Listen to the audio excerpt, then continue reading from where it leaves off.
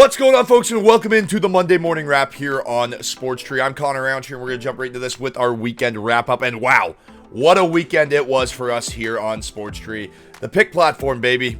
We're loving it. 15-0 with our UFC picks. Look, we know the main event was canceled, but we can't help that. We took care of all the business that we possibly could, and man, does it feel good. And then going into Sunday, we had the Argos as 2-1 underdogs in the Grey Cup, and they got the job done. We broke that game down on Trees 3. Toronto Argonauts, now 18 Grey Cups, the most winningest franchise in CFL history, and they're now 7-0 in the Grey Cup against the Winnipeg Blue Bombers. They get our bump of the week for that. Now, our stump of the week is FIFA, you corrupt donkeys.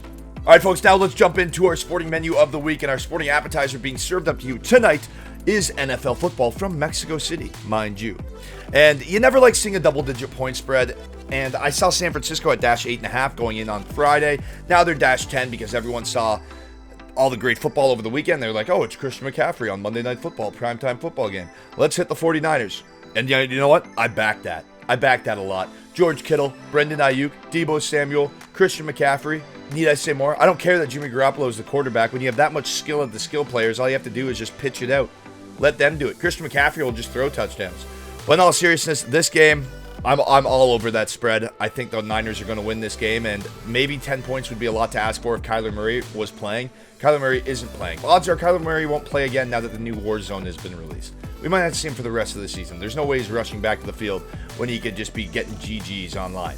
Here's one thing, though. The Cardinals are going to be forced to pass to move the ball down the field, and they have DeAndre Hopkins. His line is at 75.5, and I like that line to just get pasted. Colt McCoy found him last week. Colt McCoy actually had a pretty good performance and was very good and admirable in filling in for Kyler Murray last week, spreading the ball around. So I really like the D-Hop line of 75.5 yards. Another line to look out for, Elijah Mitchell. He ran for 89 yards on 18 carries. Christian McCaffrey is definitely going to be the guy in the red zone. They want him to score touchdowns. They want to send a message to the league on primetime that, hey, we're the real deal and we're going to smack around the Arizona Cardinals. They want people to know that they have Christian McCaffrey, and that's why they traded for him. However, on those first down yardage, 1st and 10, and those 2nd and long plays, they're going to turn to Elijah Mitchell between the tackles. Let him take up those bruising yards. Christian McCaffrey, he's had injury issues. The last thing you want is that prized possession, that holy grail that you just traded for, to break. And then your Super Bowl chances just plummet. So I like Elijah Mitchell to get his hands on the ball tonight. I like Christian McCaffrey to get a touchdown. I like both these teams to score. I'm not so sold on San Francisco's pass defense. They're a little banged up. Colt McCoy, as I said, he was admirable in filling in. He's got more. He can throw the ball behind the line of scrimmage to more. Rondell Moore can just break one up the field, right? We saw him get 9 receptions last week. So I absolutely love both teams to put points on the board. I think the over 44.5, I think that's extremely hittable, especially in this altitude. This is like double the altitude of Mile High. I was talking to Nick Whalen from RotoWire early today on Monkey Knife Fight. He said this was double the altitude of Mile High. You know how far the football can fly? These guys are going to be knocking 70-yard field goals. That's great for the over. Let's take the over. I think there's going to be a lot of touchdowns. And as I said, McCaffrey, anytime touchdown, and D-Hop, more on his 75.5 receiving yards. I think those are your two best-looking props heading into Monday Night Football. All right, folks, your sporting entree of the week is some NHL action. I've got 4 games to preview for you. First one up is the Stars and Avs, and we're taking the under in that one. Jake Ottinger having a phenomenal season. Also, the Stars on home ice, they've given up the 4th fewest goals against average on home ice this season. The Avalanche on the road have given up the 3rd fewest goals against on the road. Well, that's a recipe for a nice little under. On top of that, the Avs, they've gone under in 4 consecutive games, and in all 3 games that these two teams played last season, all 3 of those games hit the under. The highest scoring game being 4-1. So I like the under 6.5 in this one. I've seen 6 on some sports books, but if you can get the 6.5 at the same price, why not take that? I like the under 6 or the 6.5, obviously. All right, Yotes versus Preds. The Preds are a pretty solid hockey team that know how to put the puck in the net, and Arizona has allowed the 5th most goals per game in the NHL this season. This is Preds all day. The Las Vegas Golden Knights are 14-4-1 in the Pacific, and they're taking on a Canucks team that's 6-9-3. Need I say more? Our last pick of the night in the NHL is between the Jets and the Hurricanes, and we're going to take the under in that game as well. The Hurricanes have gone under in 6 out of their last 7 games, and the Jets have gone under in 8 out of their last 9. Boom. Lots of unders. Carolina ranks 6th in goals against average per game, while Winnipeg ranks 3rd. So, 2 top 6 goals against average teams. Give me the under in that. In review, Stars, Avs, under. Preds, Yotes. Preds Golden Knights, Canucks, Golden Knights, Jets, Canes, under. There's a nice little four-way NHL parlay for you for Monday night, or play them individually. That's what I'll be doing. Your sporting dessert of the week is FIFA action, ladies and gentlemen. I'm going to break down every game for Tuesday and Wednesday, starting at 5 a.m. on Tuesday. Saudi Arabia versus Argentina. Take Argentina.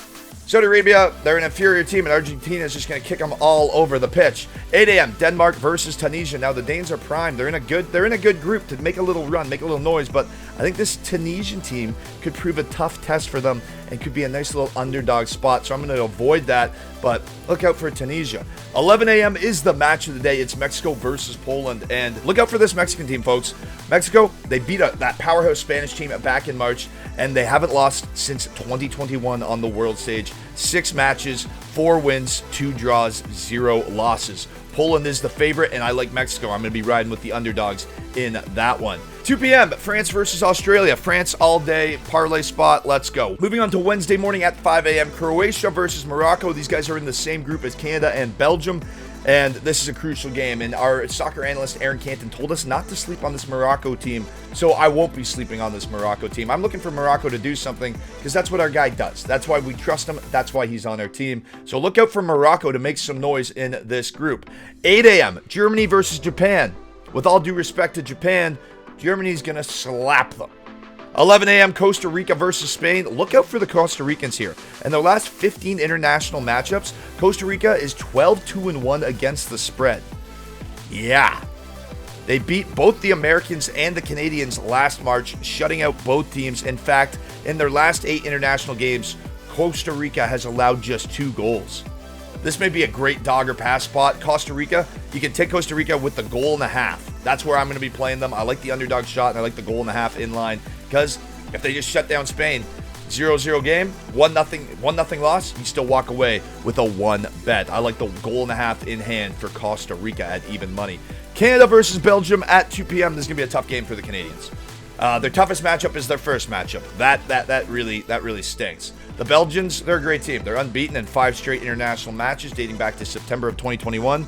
Look, I'll be cheering for the Canadians, but I think the smart bet is definitely with Belgium. But let's go Canada. And I'm hearing a lot of rumbles from Canada. There's a lot of excitement here. Speed, youth, tenacity. Let's see what we can do. Let's go Canada. All right, folks, getting into our trivia question to get in to win a pair of NBA or NHL tickets, your choice.